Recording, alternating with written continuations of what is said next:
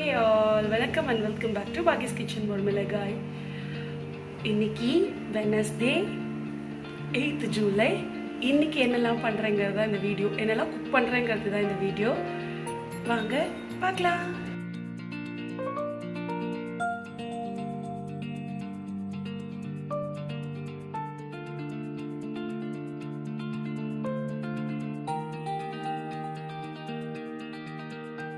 Okay.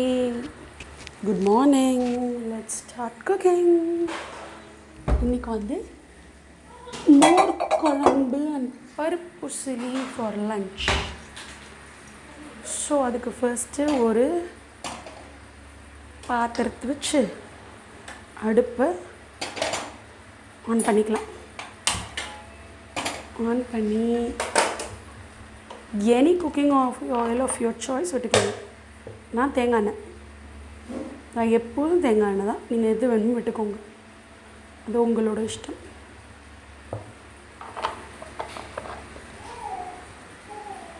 விட்டுட்டு அந்த எண்ணெய் சூடாகிற வரைக்கும் வெயிட் பண்ணலாம். மேபி ஒரு 2 டீஸ்பூன் ஆஃப் ஆயில் சேர்க்குறேன், கோகோனட் ஆயில். ஒரு 2 டீஸ்பூன் சேர்த்துக்கலாம், அவ்வளோதான் போடும், தாராளமாக போடுவோம் 2 டீஸ்பூன் எண்ணெய். டீட்டெயில்டாக ஒரு நாளைக்கு பருப்பு உசிலிக்கு ஊற வைக்கிறதுலேருந்து எல்லாம் காட்டுறேன். இன்றைக்கி மார்னிங்கே பிளான் பண்ணலை வீடியோ எடுக்கலான்ட்டு. சரி, ஓகே, ஒய் நான் டெய்லி ஒரு வீடியோ போடணும் இல்லையா, அதுக்காக எடுத்தேன். இப்போது இந்த கடுகு நல்லா பொரியட்டும், அது வரைக்கும் வெயிட் பண்ணலாம். அதுக்குள்ளே நம்ம சைடில் இந்த வாழைப்பூவை வேக வச்சு எடுத்துக்கலாம். ஓகேவா? இப்போ இதை நல்லா வாஷ் பண்ணிவிட்டு இதே பாத்திரத்துலேயே நான் வேக வைக்கிறேன். இப்போது நமக்கு கடுகு வெடிச்சாச்சு. இதில் இந்த அரைச்சி வச்சுருக்கிற பருப்பை டைரெக்டாக அந்த எண்ணெயில் சேர்த்துக்கலாம். இதை வேக வச்செல்லாம் சேர்க்கணுன்னு அவசியம் இல்லை, இதுலேயே இது சூப்பராக வெந்துடும், குக் ஆகிடும் உங்களுக்கு. இந்த பக்கம் வாழைப்பூ வந்து ஒரு கொஞ்சமாக தண்ணி தெளித்து வேக போட்டிருக்கேன். அதுக்கு தேவையான அளவு உப்பு சேர்த்துக்கலாம். கொஞ்சமாக உப்பு சேர்த்துட்டு அதை நல்லா குக் பண்ணிக்கலாம். வாழைப்பூலாம் உங்களுக்கு சீக்கிரமே குக் ஆகிடும், ரொம்ப நேரம் குக் பண்ணுங்கிற அவசியம் கூட இல்லை. அது குக் ஆகட்டும், ஒரு மிக்ஸ் பண்ணி விட்டுட்டு குக் பண்ணிக்கலாம். குக் ஆகிறதுக்குள்ளே இந்த பருப்பு நல்லா இந்த எண்ணெயில் குக் பண்ணு, சிம்லேயே வச்சு குக் பண்ணுங்கள். ஒரு 5 மினிட்ஸ் எடுக்கும், ஹார்ட்லி, அவ்வளோதான். உங்களுக்கு சூப்பராக குக் ஆகிடும். இதுக்கு தேவையான அளவுக்கு பெருங்காயம் போட்டோம், உப்பு போட்டோம், எல்லாம் போட்டோம் இல்லையா. நல்லா இதை வந்து குக் பண்ணி உதிரி உதிரியாக எடுத்துக்கணும். நம்ம பருப்பு உசிலி அண்ட் மோர் குழம்பு பக்கா காம்பினேஷன். உங்கள் எத்தனை பேருக்கு அது ரொம்ப பிடிக்கும் அப்படின்னு கமெண்ட் பாக்ஸில் சொல்லுங்கள். ஏற்கனவே ஒரு ஸ்டைல் ஆஃப் மோர் குழம்பு நம்ம சேனலில் அப்லோட் பண்ணியிருக்கோம். குக் வித் ஃபேமிலி எபிசோட் 1 இருக்கும், அத்தை பண்ணியிருப்பாங்க. நான் இன்றைக்கி நான் எப்படி யூஸ்வலாக மோர் குழம்பு பண்ணுறேனோ அந்த மாதிரி பண்ணி காட்டுறேன் உங்களுக்கு.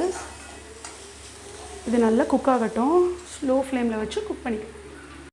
இப்போ பாருங்கள், ஒரு 2 மினிட்ஸ் ஆகிருக்கு. கலர் பாருங்கள், நல்லா நம்ம பருப்போடது கலர் சேஞ்ச் ஆகிடும். அப்பப்போ நல்லா இந்த மாதிரி கிண்டி விட்டுக்கோங்க, அப்போ தான் அடியில் ஓட்டாது. ஏன்னா நம்ம எண்ணெயும் ஜாஸ்தி ஊற்ற போகிறது இல்லைல்ல, அதனால். இது வந்து ஐயோ வேக வைக்கல இட்லி தட்டில், அதனால் எண்ணெய் ஜாஸ்தி ஆகுமோலாம் நினைக்கவே நினைக்காதீங்க. நான் விட்ட 2 டீஸ்பூன் எண்ணெய் தான், அதுக்கப்புறம் நான் ஒரு சொட்டு கூட விட போகிறதில்ல.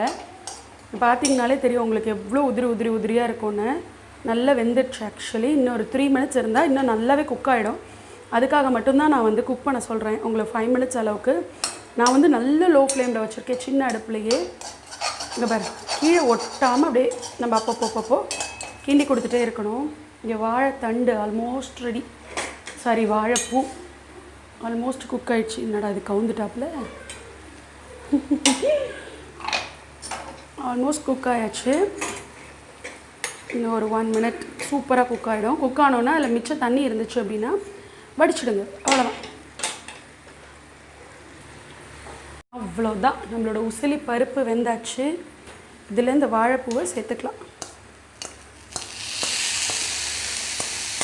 சேர்த்துட்டு நல்லா மிக்ஸ் பண்ணி விட்டுக்கலாம். வாழைப்பூ பருப்பு உசிலி வந்து பீன்ஸ், கொத்தரங்காய், அவரைக்காய், வாழைப்பூ, அப்புறம் வந்து முட்டைக்கோஸ், capsicum இது எல்லாத்துலேயுமே பண்ணலாம். ஒன்றும் இல்லை, கடலைப்பருப்பு நீங்கள் வந்து எடுக்கிற குவான்டிட்டி வந்து இப்போ 1 கப்னு வச்சுக்கோங்க. அதில் 3/4 கப்பு கடலைப்பருப்பு, 1/4 கப் அளவுக்கு துவரம் பருப்பு சேர்த்துக்கோங்க. அதோட உங்களுக்கு எவ்வளோ காரத்துக்கு தேவையோ அவ்வளோ காஞ்ச மிளகா சேர்த்து நல்ல முதல்ல மிளகா சேர்க்கறதுக்கு முன்னாடி பருப்பு ஒரு 2 தடவை வாஷ் பண்ணிவிட்டு நல்ல ஒரு ஒன் ஹவர் மினிமம் ஊற வச்சுக்கோங்க. நல்லாயிருக்கும். ஊற வச்சு அதை ரொம்ப குழன்னு அரைக்கக்கூடாது, அங்கங்கே பருப்பு தெரிகிற மாதிரி அரைக்கணும். காஞ்ச மிளகாவையும் போட்டு ஊற வச்சுட்டு அரைக்கரைச்ச உப்பு பெருங்காயம் சேர்த்து அரைச்சிட்டோம் இல்லையா.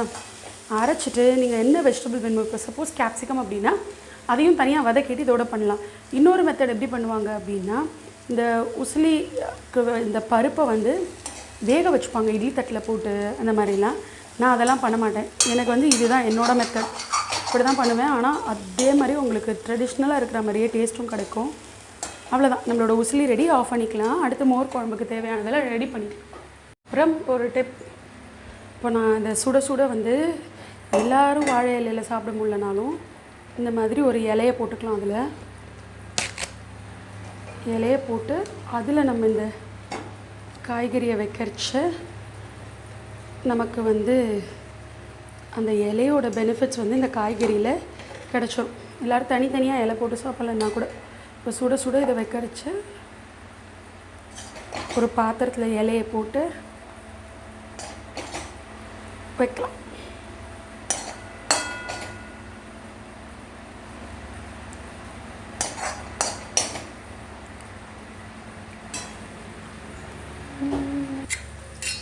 அதே மாதிரி சுட சுட சாதத்தையும் ஒரு ஹாட் பேக்கில் வைக்கும்போது இலையை போட்டு வச்சிடணும்.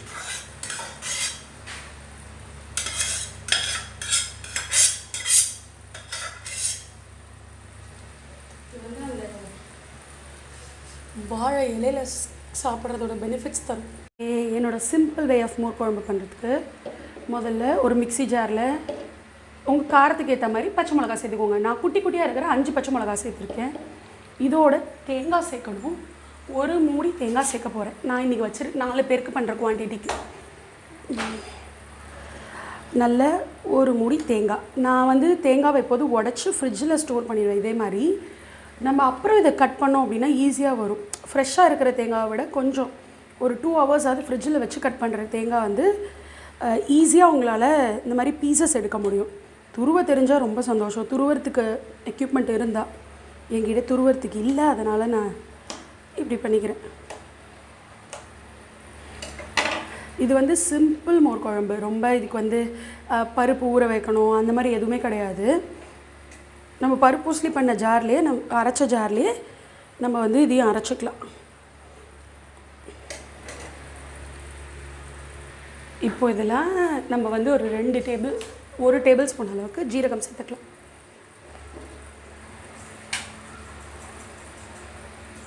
வேறு எதுவுமே தேவையில்லை, இவ்வளோ தான் இதுக்கு. 1 டேபிள் ஸ்பூன் ஜீரா, 1 கப் அளவுக்கு தேங்காய், உங்கள் காரத்துக்கு ஏற்ற மாதிரி பச்சை மிளகா, தேவையான அளவு உப்பு இதிலே அரைக்கும் போதே சேர்த்துக்கலாம். நம்ம சேர்த்துட்டு இதை நம்ம தண்ணி ஊற்றி நல்ல ஃபைன் பேஸ்ட்டாக அரைச்சிக்கலாம். நான் என்ன பண்ண போகிறேன், என்னோடய பருப்பு ஊசிலியால் அரையாத ஒரு காஞ்ச மிளகாயும் இதில் போட்டிருக்கேன். அரையிறதான்னு டெஸ்ட் பண்ணலாம். அரைஞ்சா மோர் குழம்பு தானே. இப்போ இதை அரைச்சிக்கலாம். என்ன தண்ணி விட்டு அரைச்சிக்கலாம்.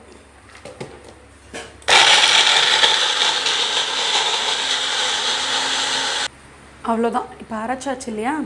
இதை என்ன பண்ணணும் அப்படின்னா, நம்ம நல்லா பீட் பண்ணி எடுத்து வச்சுருக்கிற தயிர், கெட்டி தயிரை தண்ணியே நான் விடலை, பீட் பண்ணி வச்சுருக்கேன். அதை ஒரு பாத்திரத்தில் ஃபஸ்ட்டு சேர்த்துக்கலாம்.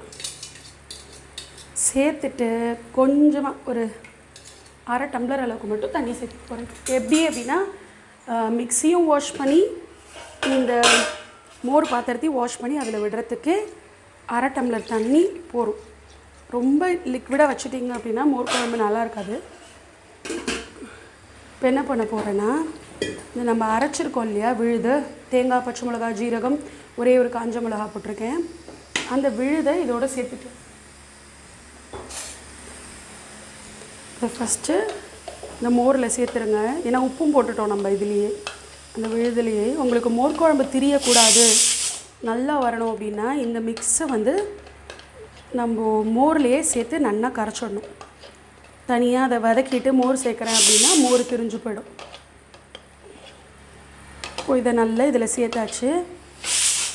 இந்த மோர் வாஷ் பண்ணி வச்சுருக்கிற பாத்திரத்துலேயே இருந்து இந்த மிக்சிக்கு கொஞ்சமாக அந்த தண்ணியை விட்டுக்கிறேன். விட்டுட்டு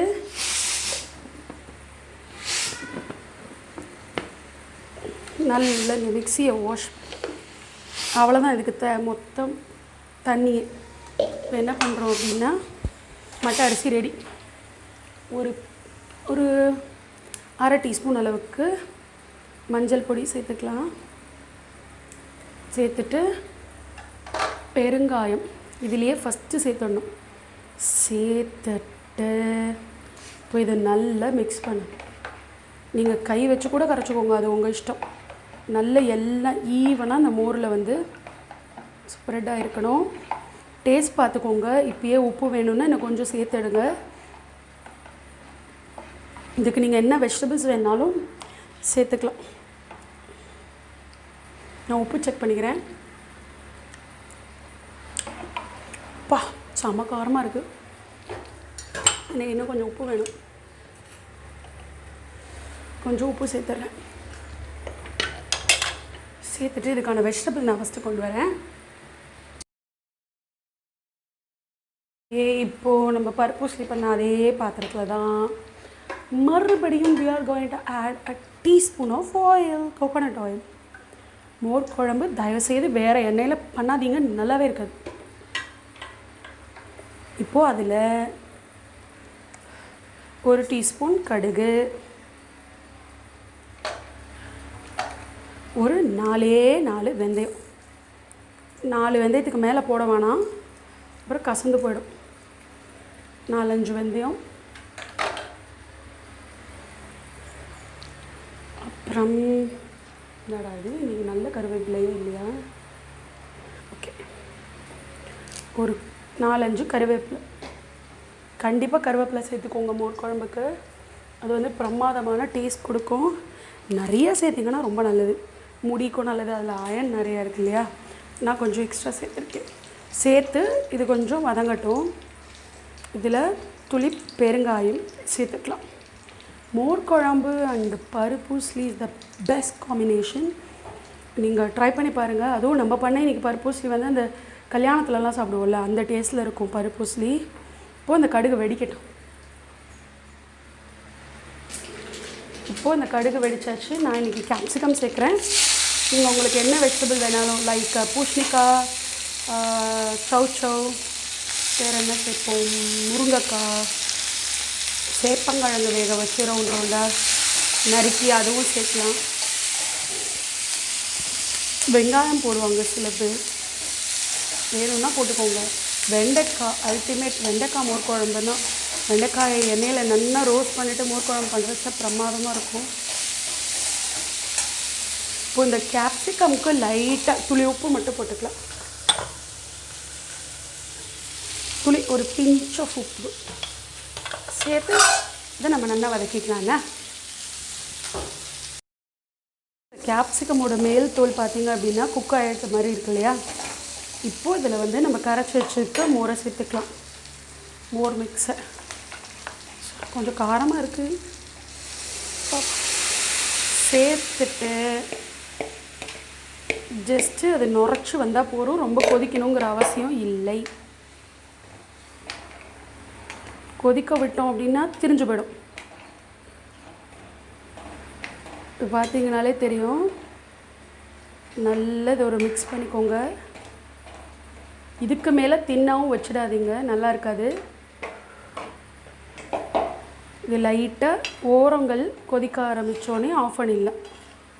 அதாவது லைட்டாக திரண்டு வரும், அப்பயே ஆஃப் பண்ணிடலாம். சிம்பிள் லன்ச் ஆஃப் தி டே. மட்டை அரிசி, கேப்சிகம் மோர் குழம்பு அண்ட் வாழைப்பூ பருப்பு உசிலி. ஓகே, இது ஒரு 1 minute தான் ஆகும் பாருங்கள். ஓரங்கள் லைட்டாக இதுவாக ஆரம்பிக்கிறது இல்லையா?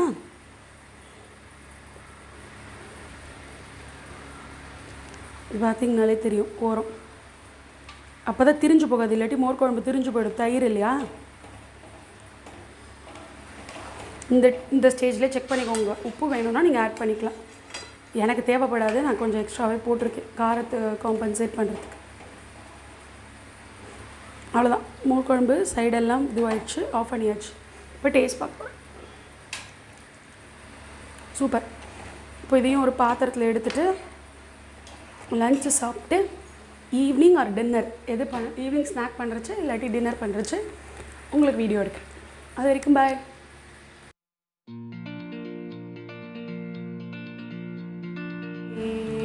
நம்ம டின்னருக்கு இன்றைக்கி கோதுமை ரவை உப்புமா தான்.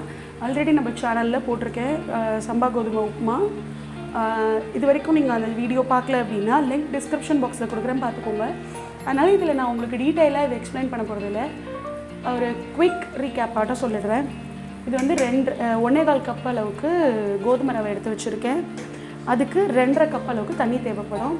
இது தவிர வந்து இதுக்கு ஒரு கோர்ஸாக ஒரு இது பவுடர் பண்ணிக்கணும். அதுக்கு என்னெல்லாம் மிக்சியில் போட்டு அரைக்க போகிறோம் அப்படின்னு பார்த்தீங்கன்னா, கொஞ்சமாக நான் இதில் வந்து மெஷர்மெண்ட்ஸும் சொல்லலை உங்களுக்கு, ஏன்னா அதில் டீட்டெயிலாக அந்த வீடியோவில் போட்டிருக்கேன், நீங்கள் அதை போய் செக் பண்ணிக்கோங்க. பார்த்தீங்கன்னா கொஞ்சமாக துவரம் பருப்பு,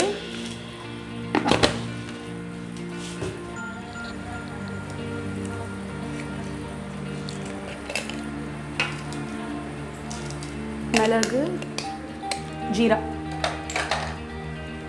இதோட தேங்காயும் போட்டு அரைச்சிக்கலாம். என்கிட்ட இன்றைக்கி டெசிகேட்டட் கோகோனட்னால நான் அரைக்கலை. இல்லை உங்கள்கிட்ட நார்மல் கோகோனட்டாக இருந்தால் குறைன்னு அரைச்சி எடுத்துக்கோங்க.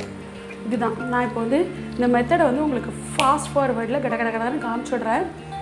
ஒரே ஒரு விசில் அளவுக்கு வேக வச்சுக்கணும் குக்கரில், அவ்வளோதான். டீட்டெயில் ரெசிபி தனியாக ஒரு வீடியோ போட்டிருக்கேன், அதோட லிங்க் டிஸ்கிரிப்ஷன் பாக்ஸில் கொடுக்குறேன், கண்டிப்பாக பார்த்துக்கோங்க.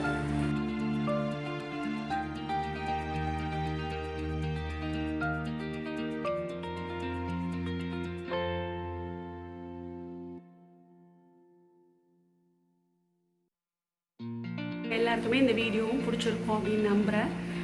பிடிச்சிருந்தது அப்படின்னா லைக் பண்ணுங்கள், ஷேர் பண்ணுங்கள், கமெண்ட் பண்ணுங்கள். நம்மளோட டின்னர் ரெசிபியான இந்த கோதுமை ரவை உப்புமாவுக்கு சைட் டிஷ்ஷாக வந்து தயிர், காரா பூந்தி ஒரு மிக்சர் சூப்பராக இருக்கும். இன்னொரு காம்பினேஷன் என்ன அப்படின்னு பார்த்தீங்கன்னா மோர் குழம்போட செம்மையாக இருக்கும். இன்றைக்கி நான் உங்களுக்கு மோர் குழம்பு அப்புறம் வந்து கோதுமை ரவை உப்புமாவோட ரெசிபி ரெண்டுமே இந்த வீடியோவில் ஷேர் பண்ணியிருக்கேன். மறக்காமல் ட்ரை பண்ணி பார்த்துட்டு அதை என் கூட ஷேர் பண்ணுங்கள். இன்ஸ்டாகிராமில் அதை ஃபோட்டோவாக எடுத்து என் கூட ஷேர் பண்ணுங்கள். என்னோடய ரெசிபிஸ் ட்ரை பண்ணி நீங்கள் என் கூட ஃபோட்டோஸ் ஷேர் பண்ணுறச்சு அதை பார்க்குறச்சு எனக்கு ரொம்ப சந்தோஷமாக இருக்கும். மேலே நிறைய செய்யணுங்கிற ஆசையும் எனக்கு வரும். அதனால் கண்டிப்பாக அதை பண்ணுங்கள். இது வரைக்கும் நம்ம சேனலில் சப்ஸ்கிரைப் பண்ணல அப்படின்னா சப்ஸ்கிரைப் பண்ணிக்கோங்க. பக்கத்துலேயே இருக்கிற பெல் ஐக்கனில் ஆல்ங்கிற ஆப்ஷன் சூஸ் பண்ணிக்கோங்க. அடுத்தடுத்த வீடியோஸோட நோட்டிஃபிகேஷன் உங்களுக்கு தெரியறதுக்காக. நாளைக்கு வேறு ஒரு வீடியோவோட சந்திக்கலாம். அது வரைக்கும் டாடா, பை பை. இது பாகிஸ் கிச்சன் மோர்மிளகாய், ஸ்ட்ரிக்ட்லி வெஜிடேரியன்.